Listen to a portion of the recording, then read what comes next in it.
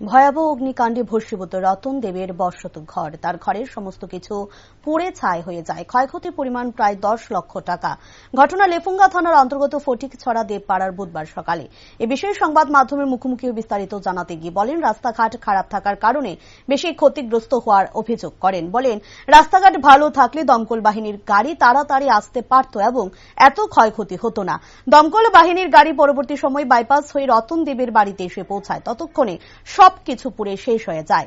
রান্নাঘরের gas cylinder থেকে আগুনের সূত্রপাত বলে ক্ষতিগ্রস্ত পরিবারের তরফে জানানো হয়।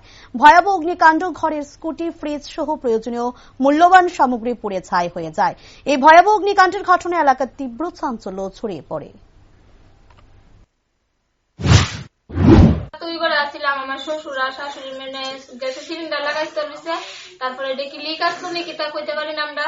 তারপরে হঠাৎ করে সেটা মুখটা ছিটে আসলো, এরপরে লাগাইতে গিয়া ছুটে আসলো, এরপরে মানে আগুনটা মানে আস্তে আস্তে ছিটতেছে আর কি, আওয়াজ হইতে হইতে রান্নাঘরের টিনের মধ্যে একটা লাগছে। তারপরে গেছে গায়ে তারা রুমে তারা যে করে থাকে আর কি। তারপরে হঠাৎ ধরতে ধরতে একদম টিনের চালের মধ্যে গেছে আর কি। তারপর ঘরের মধ্যে স্কুটি আসিল, তারপরে ফ্রিজ টিজ দিতে আসছিল, গডরেজ, তারপরে দলিল পত্র, স্বর্ণের জিনিস যা আসলো সবই মানে জ্বলে গেছে আর কি। মানে ঘরের ভিতর পুরো আগুন জ্বলে গেছে, পুরো ঘরের মধ্যে একদম উপরে গেছে আর কি। এবার তারপরে জলের ওয়াটারিও আসছিল আর কি।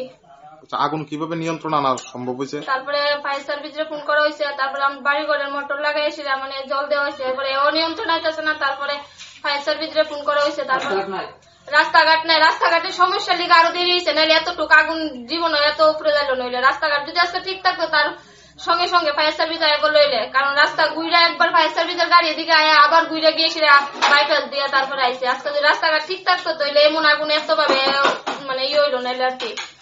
তারপর ফায়ার সার্ভিস আইসে পরে আগুন কিছু নিয়ন্ত্রণ হয়েছে আর কি। তারপর চাল আসছিল, চাল বস্তা সব ভাঙাই দিয়ে করছে, চাল সব করে। আচ্ছা, এই বাড়ির মালিকের নাম কি? রতন দেব। আচ্ছা, আনুমানিক কত টাকার ক্ষতি হয়েছে জানেন?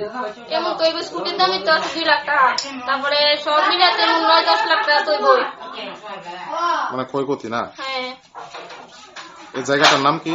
ফটিকছড়া।